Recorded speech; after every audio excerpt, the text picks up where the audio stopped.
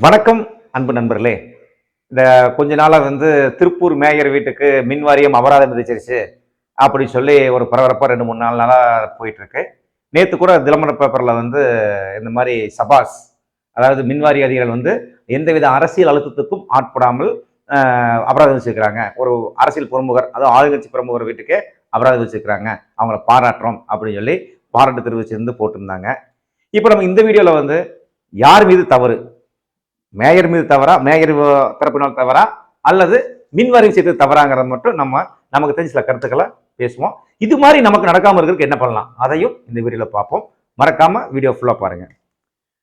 இப்போ அவங்க என்ன பண்ணிக்கிறாங்கன்னா, நான் திருப்பூர், நான் அந்த சம்மந்தப்பட்ட மேயருங்கிறவர் நமக்கு பக்கத்துல ஒரு 200 மீட்டர் தூரத்துல தான் அவர் வீடு இருக்கு. நம்ம பக்கத்துல பார்க்குற தூரத்துல தான் இருக்கு.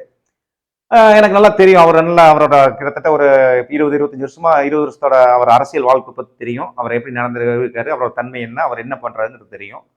அதே மாதிரி மின் வாரியம் நம்ம சொல்ல வேண்டிய அவசியமே இல்லை. நம்ம ஆரம்பத்தில் பார்த்துருப்பீங்க, 2-3 வருஷம் 4 வருஷம் முன்னாடியே நம்ம கிணத்துக்கான முறை கம்பத்துக்கான நம்ம தான் ஒரு இது பண்ணி அந்த மின் வாரியத்துக்கு வேலை வாங்கி கம்பம் போட்டு கொடுத்தாங்க. அது நம்ம இதில் போட்டிருந்தோம். அது நிறைய எல்லாம் கேள்விப்பட்டிருப்பீங்க.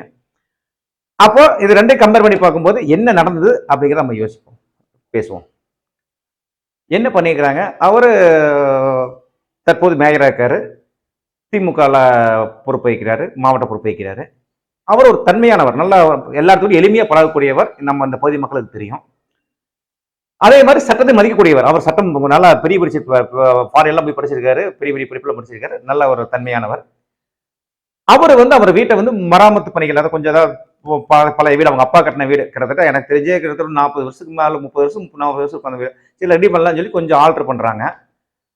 ஆல்டர் பண்ணும்போது மின்வாரிய விதிகள் என்ன சொல்லுது அப்படின்னா, 2000 சதுரடிக்குள்ள நம்ம ஏதாவது ஆல்டர் பண்ணாலோ அல்லது இடிச்சு கட்டினாலோ பழைய இணைப்பு வச்சிருந்தா அதை யூஸ் பண்ணிக்கலாம். ஒரு வீடு குடியிருந்துட்டு இருக்கிறோம், அதை ஒட்டியே ஒரு 2000 சதுரடிக்குள்ள ஏதோ எக்ஸ்டென்ஸ் பண்றோம் அல்லது ஏதோ மராமத்து பண்ணி பண்றோம் அப்படின்னா நம்ம ஒண்ணு வாங்க வேண்டியது, புதியதாக தற்காலிக மின் இணைப்பு வாங்க வேண்டிய அவசியம் இல்லை. இருக்கக்கூடிய வீட்டு உபயோக மின் இணைப்பிலே யூஸ் பண்ணிக்கலாம். அதுக்கு மேல அதிக சதுரடியில பண்றோம் அப்படின்னா கண்டிப்பா தற்காலிக மின் இணைப்பு வாங்கித்தான் அந்த வேலை செய்யணும். தற்காலிக மின் இணைப்புக்கு குறைஞ்சபட்சம் 1 கிலோவாட், ஒரு கிலோவாட்டுக்கு 1100 ரூபாய் மாதாந்திர மினிமம் கட்டணும். மாசம் ஒரு ரீடிங் எடுக்கும் ஒரு யூனிட் 13 ரூபாய்க்கு பக்கம் பில்லு வரும். இது கொஞ்சம் இருக்கிறதுலயே உயர்ந்த அதிக கட்டணம் உள்ள டாரிஃப் விகிதப்பட்டியல். இது மின் வாரியத்துக்கு ஒரு வருமானம் வரக்கூடிய, மிக முக்கிய வருமானம் வரக்கூடியதுல தற்காலிக மின் இணைப்பு ஒரு மிக பெரும் பங்கு வகிக்குது. இவர் என்ன பண்ணிருக்காரு, இவரை கொஞ்சம் ரெடி பண்ண ஆரம்பிச்சதையுமே அவங்களுக்கு தெரியும், சட்டம் அவங்க ஒரு வேலை செய்யறவங்களுக்கு நம்ம எல்லாத்துக்குமே தெரியும், ஒரு வீட்டு வேலை செய்யறதுனால டக்குன்னு நம்ம ஒரு மின் இணைப்பு தற்காலிக மின் வாங்கணும் அப்படின்ட்டு. அவங்க அவங்க அப்பா காலமாயிட்டாரு, அந்த இடமெல்லாம் அவங்க அப்பா பேர்ல இருக்கு. அவங்க அம்மா பேர்ல ஒரு தற்காலிக மின் இணைப்பு கேட்டு விண்ணப்பம் கொடுக்குறாரு. எப்போ 8/10/2025. அதுக்கு 13/10 பணமும் கட்டிடுறாரு. 16,935 ரூபா பணம் கட்டிடுறாரு. பணம் கட்ட என்ன பண்ணணும், மின்வாரிய அதிகாரிகள் ஆய்வு செஞ்சு உங்களுக்கு மின் இணைப்பு தரணும். இதுதான் விதி. மின்வாரிய அதிகாரிகள் பாக்குறாங்க, பார்த்துட்டு இந்த இடத்துல நீங்க ஆல்ரெடி 2 மின் இணைப்பு வச்சிருக்கீங்க, ஆகவே உங்களுக்கு தற்காலிக மின் இணைப்பு தர முடியாது, அந்த 2ல ஒரு மின் இணைப்பை நீங்க தற்காலிக மின் இணைப்பை மாத்திக்கீங்க அப்படின்னு சொல்லி ஒரு குறி போட்டு நிறுத்தி வைக்கிறாங்க. தர முடியாது அப்படின்னு இருக்காங்க. இவர் மாணவர் தந்தை, வணக்கத்துக்குரிய மேயர். இவர் முழு அவரோட பணிகள் மிக நெருக்கடியான பணி. நான் பார்த்துட்டு இருக்கிறேன், திருப்பூர்ல நிறைய பேர் எல்லா தமிழர்களும் தெரியும் உங்களுக்கு, குப்பை பிரச்சனை பெரிய அளவில் போயிட்டு இருக்கு. ஏன்னா இங்க குப்பை ஓட்டுறதுக்கு இடம் இல்லை, குப்பை தரம் பிரிக்கிறதுல நிறைய பாகுபாடு, ஹைகோர்ட் கண்டனம், சுப்ரீம் கோர்ட்ல வழக்கு நடந்துட்டு இருக்குது. இந்த பிரஷர்ல இருப்பாங்க. அது போக அன்றாட அளவுல அவங்களுக்கு அதிகமா இருக்கும். மாநகரத்துல கிட்டத்தட்ட 16 கிலோமீட்டர் சுற்றுலா இருக்குது திருப்பூர் மாநகரம். அப்ப இந்த இவ்வளவு பெரிய மாநகரத்தை இருக்கிற அனைத்து பிரச்சனையும் இவர் பார்க்கணும், எல்லா பக்கம் போகணும், அனைத்து விழாக்களுக்கு நடக்க சிறப்பு விருந்தா போவாங்க. நிறைய பேர் இத்தனை வேலை பழுவுகளுக்கு இடையில இவங்க மனுவும் பண்ணியிருக்கிறாங்க தற்காலிக இணைப்பு கேட்டு. அவங்க கேள்வி கேட்டிருக்காங்க மின் வாரியம், இந்த மாதிரி நீங்க ஒரு இணைப்பு வச்சிருக்கீங்க, அதை மாத்திக்கிங்க அப்படின்னு. நம்ம மேயர் இந்த பிரச்சனை நடந்ததுக்கு அப்புறம் மேயர் விளக்கம் கொடுக்கிட்டு எனக்கு 2 மாசம் 3 மாசம் எனக்கு நிறுத்தி வச்சிருக்கிறீங்க, ஆனா இந்த பிரச்சனை ஆனதுமே உடனடியே 1 மணி நேரத்துல எனக்கு எப்படி நீங்க தற்காலிக இணைப்பை மாத்தி கொடுத்துருக்கீங்க, அதே இருக்கிற இணைப்பை தற்காலிக இணைப்பை மாத்தி கொடுத்துருக்காங்க. இவ்வளவு துரிதமா வேலை செய்யக்கூடிய மின் வாரியம் 3 மாசமா ஏன் வேலை செய்யல அப்படின்னு சம்பந்தப்பட்ட தினேஷ்குமார் அண்ணன் அவர்களே கேட்டிருக்கிறார். இப்போ அவர் ஒரு பெரிய பதவியில் இருக்காரு, நல்ல பொறுப்பில் இருக்காரு, அது ஆளுங்கட்சி பொறுப்பில் இருக்காரு, மாநகரத்தோட முதல் குடிமகன், மாநகர தந்தை. அவருக்கே இந்த நிலைமை அப்படின்னா மின் வாரியம் எப்படி சேலை செய்யுங்கிறத நம்ம வந்து சுருக்கமா பார்த்துக்கலாம். நீங்க வந்து அலசி ஆராய வேண்டிய அவசியமே இல்லை. மின் வாரியம் போனா பார்த்தாச்சு, அவங்க வீடு வந்து தற்காலிக இணைப்பு இல்லை, ஒரு கேட்டிருக்காங்க. ஒன்னா தற்காலிக இணைப்பு கொடுத்து போட்டு, மின் இணைப்பு கொடுத்து போட்டு, அந்த ஏற்கனவே இருக்க மின் இணைப்புகளுக்கு நோட்டீஸ் நீங்க வந்து இந்த மாதிரி இந்த இணைப்பு இருக்கக்கூடாது, வீட்டுக்கு மின் இருக்கக்கூடாது, இதையெல்லாம் நீங்க துண்டிச்சிருங்க, அதாவது சரண்டர் பண்ணிடுங்க, திருப்பி ஒப்படைச்சிருங்க, அது வந்து பர்மனன்ட் டிஸ்மேனிங் சொல்லுவாங்க, அதை பண்ணிடுங்க அப்படின்னு நோட்டீஸ் கொடுக்கலாம். இல்ல அவங்களே பர்மனன்ட் டிஸ்மேன் பண்ணலாம். இப்ப பண்ணாங்கல்ல, இப்போ பிரச்சனை ஆகி 42,500 பெனால்டி போட்டதுக்கு அப்புறம் உடனடியாக வந்து 1 மணி நேரத்துல வந்து அந்த துடிப்பு பண்றாங்க, அந்த இன்னொரு இணைப்பை வந்து இது டெம்பரரியா மாத்தி கொடுக்குறாங்க. இவ்வளவு துரிதமா வேலை செய்யறவங்க கொஞ்சம் ரிஸ்க் எடுத்து 1 நாள் 2 நாள்ல பண்ணி கொடுத்துருக்கலாமே, ஏன் வந்து அவங்க செய்யல? காரணம்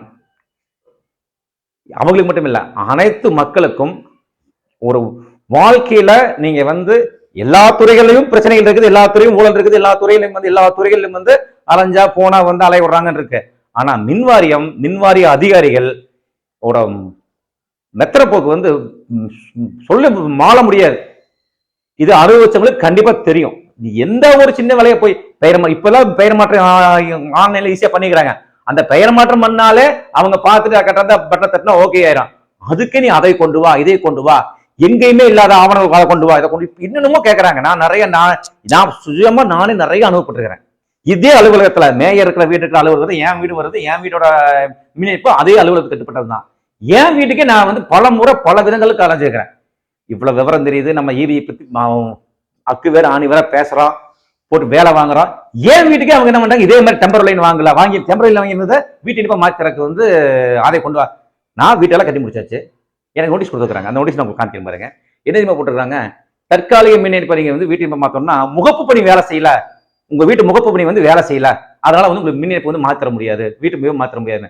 முகப்பு பணி நான் முன்னாடி எலிவேஷன் பண்றேன், முகப்பு பணி அவங்க எலிவேஷன் தமிழ்ல சொல்லிக்கிறாங்க, முகப்பு பணி வேலை அனுப்பிடுகிறது அப்படின்னு. நான் முகப்பு பணி பண்றேன், பண்ணல, எங்கிட்ட காசு இருக்கு இல்ல, எதுக்கு நீங்க அதுக்கு கவலைப்படுறீங்க? நீங்க லோன் பணம் தரீங்களா? எனக்கு நீங்க வந்து எனக்கு சரி உங்களுக்கு நான் முகப்பணி செய்யல, நீங்க ஒரு லட்சம் வச்சுக்கிறேன், 2 லட்சத்துக்கு பணம் தரீங்களா? இல்ல இல்ல, நான் வீட்டுல குடியேற்கிறேன், வந்து பாக்குறீங்க, வீட்டு வேலை முடிச்சிருக்குது, குடியேற்கிறீங்களா? குடியேற்கிறீங்க, மாத்தி கொடுத்துட்டு போலாமே. இல்ல நான் கட்டுற வாசிக்கிறேன்னா எனக்கு வீட்டை வந்து மின் இணைப்ப தற்காலிக மின் மாத்தி கொடுத்து போலாம்ல. இப்படி எல்லா மக்களும் வேலையை விடுறாங்க.